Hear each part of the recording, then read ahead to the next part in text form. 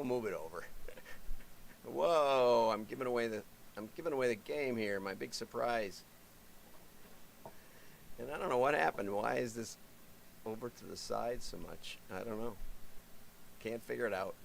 I'll just move myself over. I'm a little bright too. I think it's this thing. Let's try kicking that off. That's a little better, I think. I got the blue boost is on. So if somebody's calling me, I'm not answering. Let's see if the sound is working. I got my pop filter and everything. Blue boost is on. Yeah, it seems to be working. Somebody's calling me, I'm not answering. Okay, now let's see if the sound is working. I got my pop. Turn that off. Go back to Periscope. Let's say hello on Periscope today because I haven't been paying attention over there. So, and you can't drink very well with this microphone right here. But anyway, here we go. 5, 4, 3, 2, 1. I'm John Miglosh for the Wisconsin DMA and the International Society for Strategic Marketing. Okay, we got a couple of weird things to look at today. The first thing I wanted to look at probably won't even come up, but that's okay. So this morning on Scott Adams, and if you don't follow Scott Adams on Periscope, I highly recommend that you do.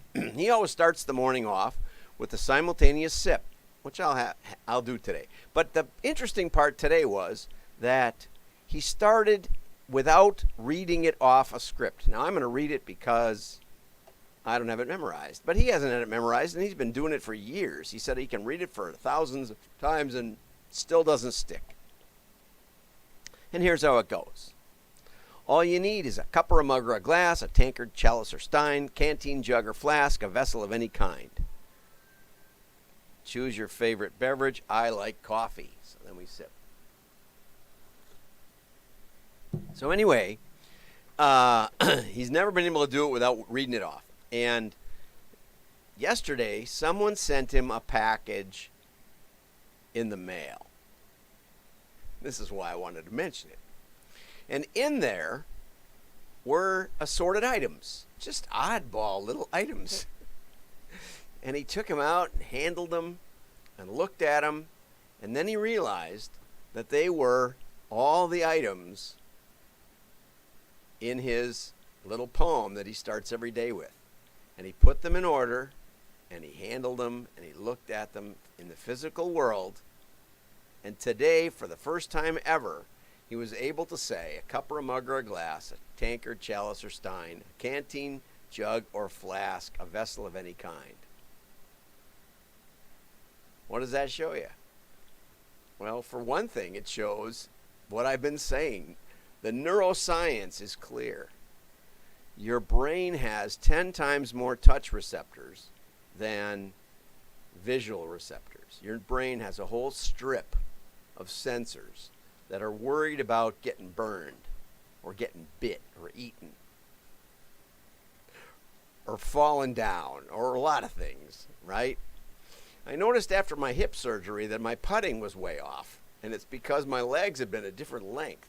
And my body, you don't realize this when you're putting. You think, oh, I'm just swinging the club. Your body is sensing whether it's uphill or downhill by the way your legs go. Every putt felt like it was downhill. There's a lot going on in your body that you don't know about. And touch is 10 times more significant than vision. Now, Scott went on to say, oh, yeah, so we can have school and we can have, virtual reality glasses and the kids can visualize these items. And it might work. But it's not as powerful as what you did, Scott. It's not as powerful as touching those items. A cup, mug, or a glass, a tankard, chalice, or stein, a canteen, jug, or flask, a vessel of any kind. That's powerful. That's what direct mail brings to the table. Nothing else does. Nothing else does. You want engagement? And with engagement, we have a labeled data set. That's the key.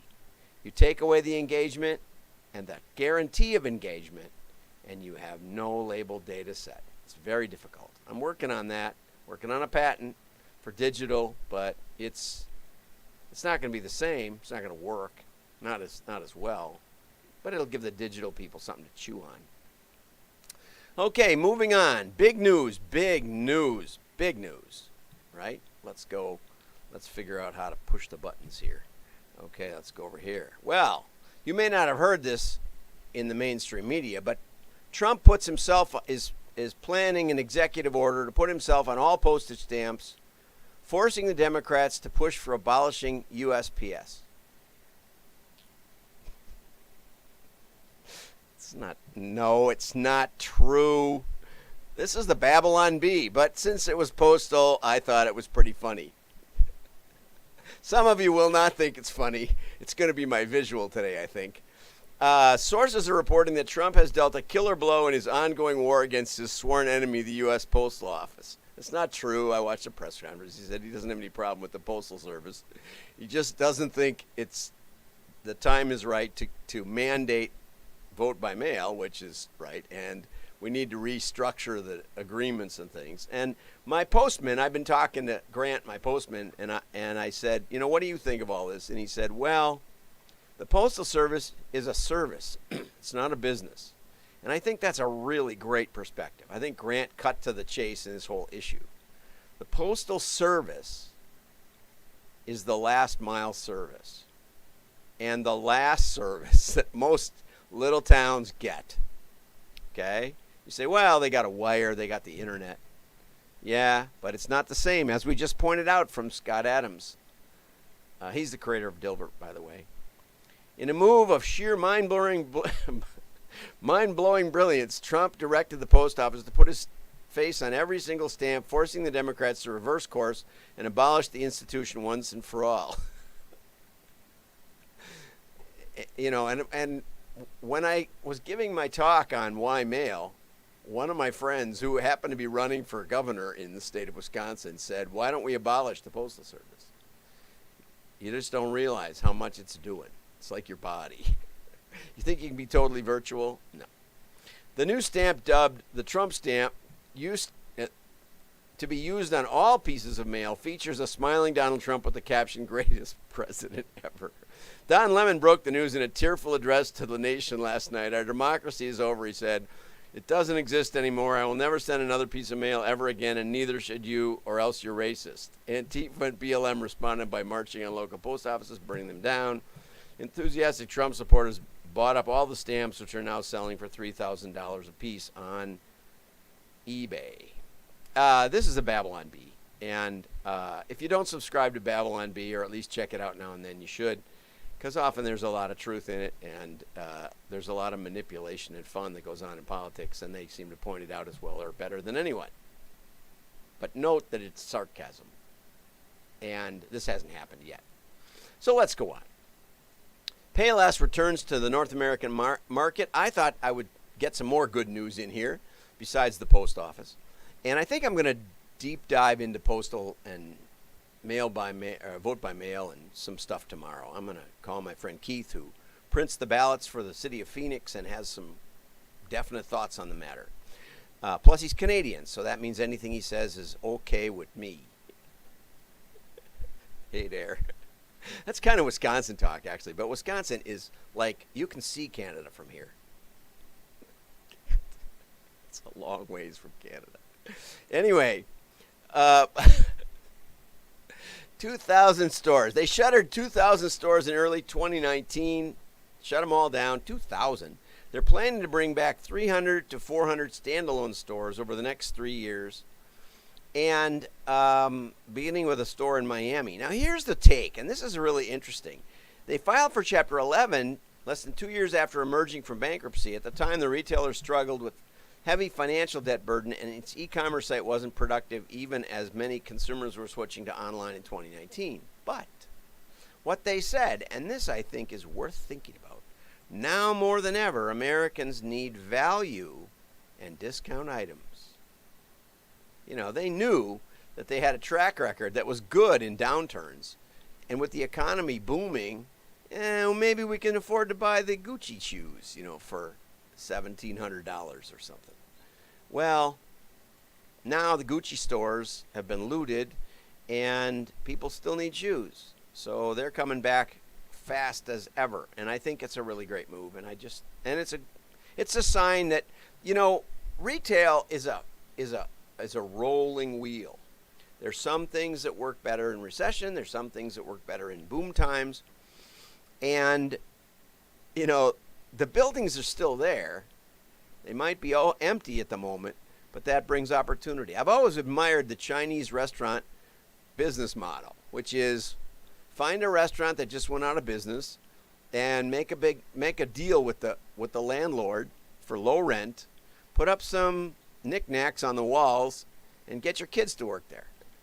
You can't fail at that. You may not get rich, but it won't ever fail. It's so many people I talk to, well, my dream is to open a restaurant. Well, what kind of restaurant would you like? Well, I'm thinking French, barbecue, Indian, or something. Some combination that's not only never been tried before, but no one would ever know what to think and probably doesn't want to come. On the other hand, if you go with a here's good food. Every little town has a cafe, and Heartland has 2 or 3, and they're great. They don't go out of business. The boutiques mostly do. So Payless is not a boutique. It's a down home. And as I reported, I'd like to hear an update on this, but Dollar Store was opening a whole bunch of new stores this year, even before the COVID-19. And we're getting some regular business good news. Unemployment rates lower than anticipated, much lower than was anticipated by analysts. Initial jobless claims fell below 1 million for the first time since March. June consumer spending, the anchor of the economy, jumped by 5.6%, following 8.5% in May. Durable goods rose 15.1% in May and 7.3% in June. Now, that's coming off nothing, but still, the PMI index is over 50%. Many printers echo this sentiment, and here is the print news. This is the March, April, May, or something like that, and this is March and April, May and June. So May and June. So here's the quotation activity. Here's the sales, production, work on hand, quotes. So things are looking up for printers, thank heaven. Okay, now, what I wanted to end with is how CMOs can build strong relationships with the CFO and why they should. David Dodd. And according to the B2B Institute, did a report, and they said you need to develop measurement systems that will, the 2 things to get better relationships with your CFO. One is they need to develop measurement systems that will accurately capture the value of the marketing process. And 2, communicate that value. I would say 2 is very redundant, because if you actually could measure marketing and you could quantify it well, that word will get around on its own. The problem is most marketers don't like accountability. You've heard me tell the story of when I was at the ad agency, and the ad agency I worked at was famous for branding and beautiful ads, and I've even shown you some examples of the Dominic's campaign that beat back Cub Foods. Wonderful. But anyway, so I liked it for that, but they liked me because I talked about accountable advertising. And we did 5 pitches over the couple of years I was there, and we won 5 out of 5, which is like unheard of in the ad business. And in every case, the president, CFO, CEO, whoever was there from senior management said, we liked the guy who said we could have accountable advertising. Anyway, then came the first meeting. We always had a meeting, kickoff meeting with the ad manager of the client and the creative director and all the creative team and all that. I never got invited, not to one. And they had great snacks. They always had it like catered. It was really great. And nothing. So finally I asked our creative director what was up. Why didn't I get to come? And they said, well, first of all, your portfolio is ugly. We don't want you ever talking about how you beat the control, or, because what you did was mainly ugly up something that looked pretty good. We might have beat the control too if you would have let us, but we weren't involved with those clients of yours. So anyway, the second thing he said was, you talk about accountability. You talk about testing. We don't want that. We want to win awards. We want people to look at our ads and say, wow, that's great. Do we really want to know how great it does? The great impact? No. Because if it doesn't have a great impact, we don't want to know. It'll be harder to win the award. So we just don't want you around. And so I quit and founded my own agency. And we had our 30th anniversary, so we've all succeeded, and they've done well too. But the point is that advertising and marketing, for the most part, don't want accountability. They want to do beautiful things and win awards. And the ad manager from the client did too. Once the president was out of the room, there was no worries about accountability. But anyway, why should you even care about the CFO? Well, first of all, they have an important role in determining marketing budgets. And they can cut things pretty much without anybody's extra permission. And so you probably 50% or something of marketing budgets are cut right now. Okay? Second, there's no connection between the revenue at the top of the P&L and the advertising expense. There's no little red line that says, oh yeah, and we know for sure that this connected to that this caused that the marketing down here caused increased revenue. It rarely happens. And if it does, it's probably accidental. Right? Like the Will It Blend story, which I highly recommend you look up. Okay, so here's how you communicate. First is the value. The value framework has 5 components, V-A-L-U-E, value. The CMO and other marketers must have a clear understanding of how it should be, value is created within their company. You buy a machine, you save labor, you increase throughput, you understand how you lower your costs per unit, and that increases profit. Lower your costs, sell the same number, you make more money at the end of the day. How does marketing do that? Well, for most CFOs, marketing does that by cutting the marketing budget. Just period. You know, when I was working with Adobe, we took their circulation from 500,000 to 1 million in about 6 months. We found a whole raft of other stuff we could mine with the modeling. And we worked out a way to do it with much, much, much greater efficiency. So we took a company valued at 25 or annualized sales of 25 million and bumped them up to 50 million, and actually the revenue per piece, the margin per piece went up something like 74%, including the increase. So it was probably even more than that. But, that was what they told us at the time. So that's big numbers. Well, the Asian crisis hit, and Adobe had actually confirmed the decision to give us their entire direct mail budget, which would have paid us, just us, for managing all the machine learning and everything, about $250,000 a month, or close to $300,000 a month, which is real money. And we, at the same time, the Asian crisis hit, and they cut all marketing in half. And the guys who ran Image Club Graphics said to them, why would you cut when every dollar we spend returns like 10? They said, it doesn't matter. We're not going to let a couple $1 million division dictate this policy. The CFO just did that. Okay? So there is no necessary connection except that marketing is viewed as an expense item.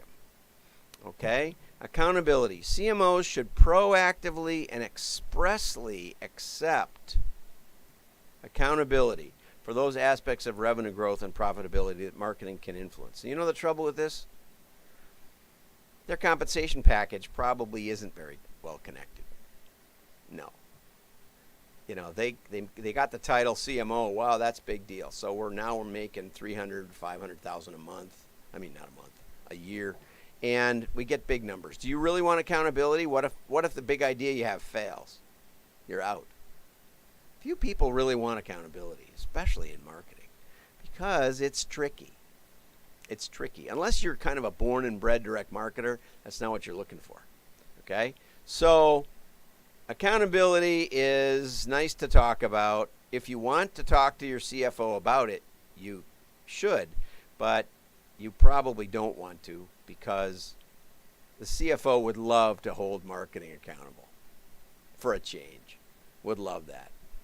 You know, so many companies that created the CMO position, you know, after the CMO started talking in the board meetings, everybody'd roll their eyes and say, you know, well, let's make this guy a VP of marketing instead, or this gal.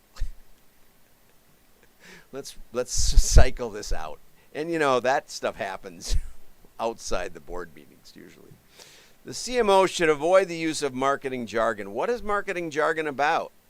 It's about the next great thing that we're going to do with techno, AI, machine learning. But without the accountability, it's just more spending that we can't understand or track. And as you've heard from me, 87% of AI projects never get to ROI. Why does that matter? This is it right here. This is it. This is it. There's no evidence. Without accountability, you have no case. There's no evidence. There's no measurement system that will accurately reflect the value that marketing creates. I would say marketing does more to undermine that in most cases, unless you're a direct marketer. And then you understand that it's a heuristic system, a self-learning system, a system that ultimately teaches you what to do next. It's a great value. It's much better than somebody coming in with their gut feel. So anyway, I don't expect this to happen anytime soon, but if you'd like help with it, find an old direct marketer, and they can institute a program. It doesn't have to be your whole marketing. You know, the Lovesac case, which I was going to do yesterday, but you can get it. It's out and about on my YouTube channel. That case study is great because it was done with a VP of marketing that had never experienced direct marketing, never really seen the accountability that's possible. And by the end, the CEO and founder says these guys do a great job of measuring the marketing spend and putting the money where it does the most good. That's all you need. Work on that. I'm John Miglosh. Have a great day. Like and share. Your friends will know you're smart. Bye-bye.